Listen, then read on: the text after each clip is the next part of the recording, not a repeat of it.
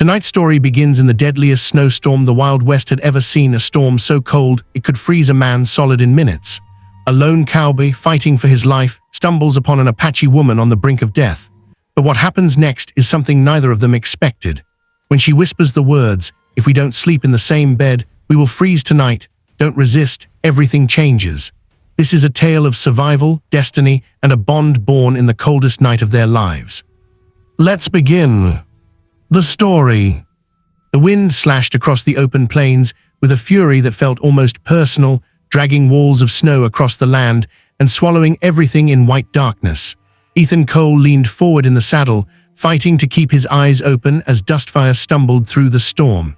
Each breath stabbed his lungs with icy needles, and every step the horse took felt heavier than the last. He knew the storm wasn't just strong, it was lethal. Men vanished in blizzards like this, their bodies found days later frozen in the same posture they died in. He refused to be one of them tonight.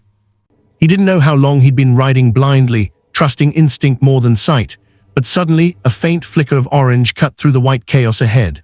At first he thought his mind was playing tricks on him, but as he squinted harder, the blur sharpened. Fire, weak, desperate fire. Someone else was out here.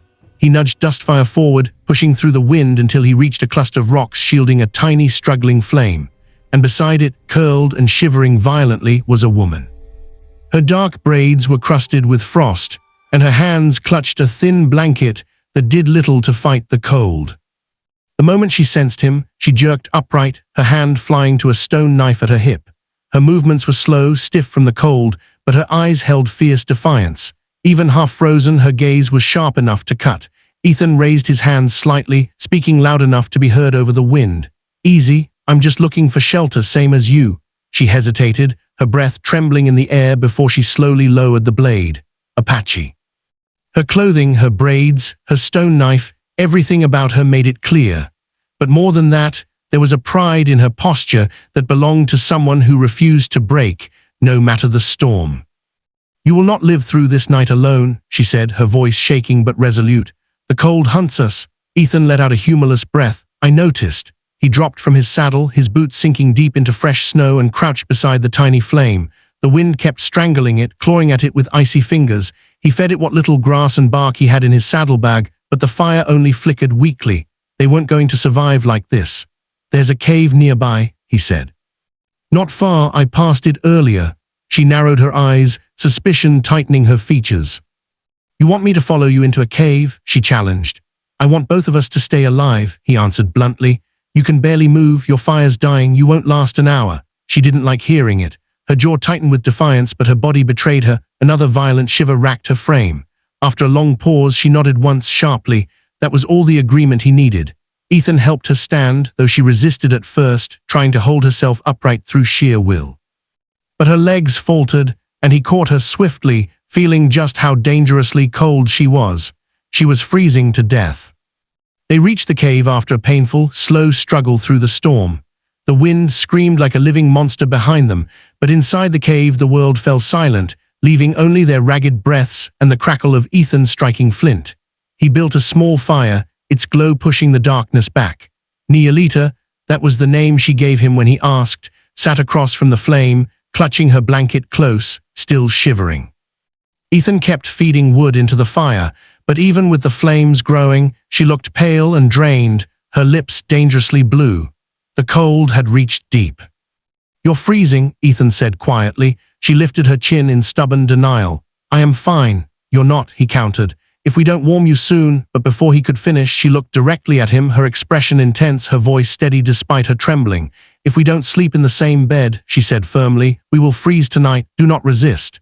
Ethan froze, unsure if he heard correctly. "In the same bed. Our bodies will share heat," she said. "It is the only way to survive, you know this." She was right, he did know.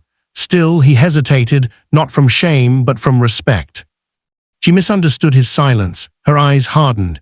"This is survival, nothing more, do not resist." He nodded slowly. "All right." He laid out his thick bedroll near the fire, pulling off his heavy coat and spreading it over both of them. She crawled beside him, stiff at first, then slowly relaxing as he wrapped his arms around her, drawing her close. Her skin was ice. Her breath trembled against his chest. He could feel every shiver like a warning that she was slipping deeper into danger. Gradually, their shared warmth began to push back the cold, melting the numbness from her limbs. As the heat seeped through her, her breathing steadied, and she finally whispered, "Thank you." Ethan didn't answer. Instead, he simply held her closer, listening to the storm batter the world outside while the fire cracked softly beside them. Hours passed. The night felt endless, but their warmth grew stronger, binding them together in a silent pact for survival. When she finally spoke again, her voice was quieter, more human. "I was hunting with my people. The storm separated us." Ethan shifted slightly, keeping her close. "You were out there alone, proving myself," she said. "My brother said I am not ready. I wanted to show him I am." Ethan couldn't help a slight smile. "You sound stubborn." "Determined," she corrected, tapping his chest with her cold fingers. The small gesture startled him, but not unpleasantly. It had been years since anyone touched him with anything but caution or distance. "And you," she murmured, "why do you ride alone?" Ethan's breath hitched faintly. He rarely shared pieces of his past, but something about the quiet darkness, the shared warmth, the trust she'd forced into existence, it opened a door inside him. "Lost my family," he said softly. "Since then, I keep moving, easier that way." She said nothing at first, but the silence between them felt warm, not empty. Then she whispered, "You are not as alone as you think, Ethan." Her words sank deeper than he expected.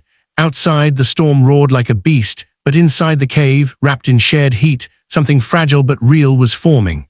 A bond neither of them had planned for. A bond born from cold, forged in survival.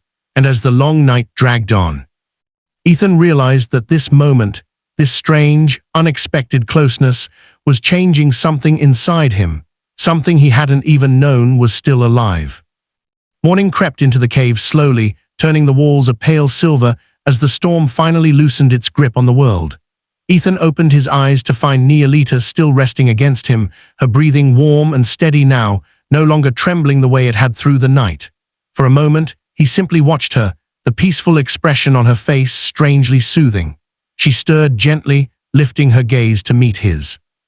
There was no fear in her eyes now, only a quiet gratitude mixed with something he couldn't yet name. The storm was gone, but something between them had begun. When they stepped outside the cave, the world had transformed. The plains stretched endlessly in all directions beneath a glittering coat of untouched snow. Dust first snorted softly, shaking off frost while Neolita wrapped her blanket tightly and scanned the distant horizon. "My tribe is southwest," she said. 2 days if the snow is light." Ethan nodded, adjusting the saddle, still unsure of what awaited him among her people. Apache tribes weren't known for welcoming strangers, especially not cowboys. Still, he felt a pull, something that urged him to stay near her, even if he didn't fully understand why.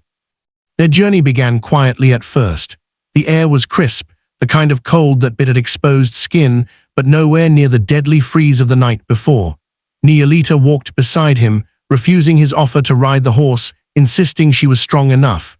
Despite the exhaustion that still clung to her, she carried herself with dignity and determination. Ethan admired her resilience. Throughout the day, she pointed out subtle tracks in the snow, rabbits, deer, even a stray coyote, teaching him the ways of her people without meaning to. He found himself listening more than speaking, wanting to learn her world. As the sun dipped low, painting the snow orange and gold, Neolita finally spoke about her brother. "He thinks I chase danger too easily," she admitted quietly. "He says I have the spirit of a hawk but the patience of a storm." Ethan chuckled softly. "He's not wrong." She shot him a sharp look, though he could see the hint of a smile tugging at her lips. "And what about you?" she challenged. "What spirit do you think follows you?" Ethan thought for a long moment before answering. "Maybe a ghost," he said softly. "I've been running from it for years." Night they camped beneath a cluster of snow-heavy pines. Ethan built a fire while Neolita prepared dried meat from a small pouch she'd carried. They ate in comfortable silence, the flames crackling between them. Ethan kept glancing at her, noticing how the firelight softened her features, how her presence steadied something inside him. When she caught him looking, she didn't look away. Instead, she held his gaze, curiosity glinting in her eyes. "You are different from other cowboys I've met," she said. "They talk too much. You listen." Ethan shrugged lightly. "Maybe I just like the sound of your voice." The next morning, they set off early. Snow crunched softly beneath their steps as the world slowly woke around them. By midday, Neolita stopped suddenly, her eyes focusing on something ahead. Ethan followed her gaze and saw faint smoke rising above distant trees. She exhaled with relief. "My tribe," she said, but as they approached, Ethan felt a knot tighten in his stomach. The people gathered at the edge of the camp watched him with caution, hands drifting toward bows and knives. A stranger with a gun and a horse was not a welcome sight. Instinctively, Ethan shifted slightly in front of Neolita, ready to defend her if needed. But she stepped around him confidently, lifting her chin. "He saved my life," she announced to the gathering. A ripple of murmurs ran through the group. Her brother, a tall, broad-shouldered warrior, stepped forward, his eyes sharp and protective. "Neolita," he said quietly, gripping her shoulders, "we feared the storm took you." She leaned into the embrace, then motioned toward Ethan. "He brought me home." Her brother's gaze shifted to Ethan, hard and assessing. Ethan met it without flinching. After a long, tense moment, the warrior nodded once. "Then you are welcome among us for now." Ethan didn't expect warmth, but the tribe treated him with cautious respect. They offered food, a place to rest, and curious glances from warriors and children alike. That evening, the tribe lit fires and drums echoed into the open sky, celebrating Neolita's safe return. Ethan watched her dance among her people, her movements graceful and full of life. He couldn't take his eyes off her. For a man who'd wandered aimlessly for years, the feeling of belonging, if only for a night, felt almost overwhelming. When she finally returned to sit beside him, her cheeks were flushed, her eyes bright.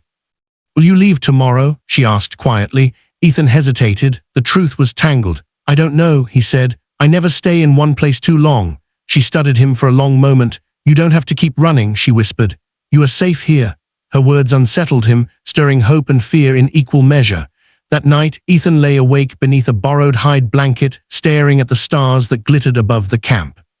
For the first time in a long time, he wondered what it would feel like to stop drifting, to belong somewhere, to stay with someone. The next day, Neolita walked with him along a frozen creek away from the camp. The cold air turned their breaths into mist. "My brother asked if you would stay," she said softly. "He may not show it, but he trusts you now." Ethan looked down at the snow, his heart heavy. "I don't know if I deserve a place here." She stepped closer, touching his arm gently. "You saved me when you had nothing to gain. My people honor that." And she paused, searching his eyes. "I would like you to stay." Her honesty hit him harder than any storm. Ethan swallowed, feeling the weight of years spent running suddenly lifting just a little. "I don't know what I'm meant to do next," he admitted, "but I know one thing: I don't want to walk away from you." A small smile curved her lips, warm and sure. "Then don't." The wind rustled the trees around them as she slipped her hand into his. Ethan squeezed gently, feeling something tighten and settle inside him, something that felt a lot like belonging. A future, a path he hadn't expected. And for the first time since losing his family, the world didn't feel empty. When they returned to the camp, Neolita's brother approached Ethan with a solemn expression. "If you choose to stay," he said, "you will work with us, hunt with us, and protect our people as we protect you." Ethan nodded without hesitation. "I will." Neolita looked at him with a quiet pride that warmed him more than the fire ever could. Weeks passed, and Ethan learned their ways. He hunted alongside the warriors, shared stories with the elders, and slept under the same stars he'd once wandered beneath alone.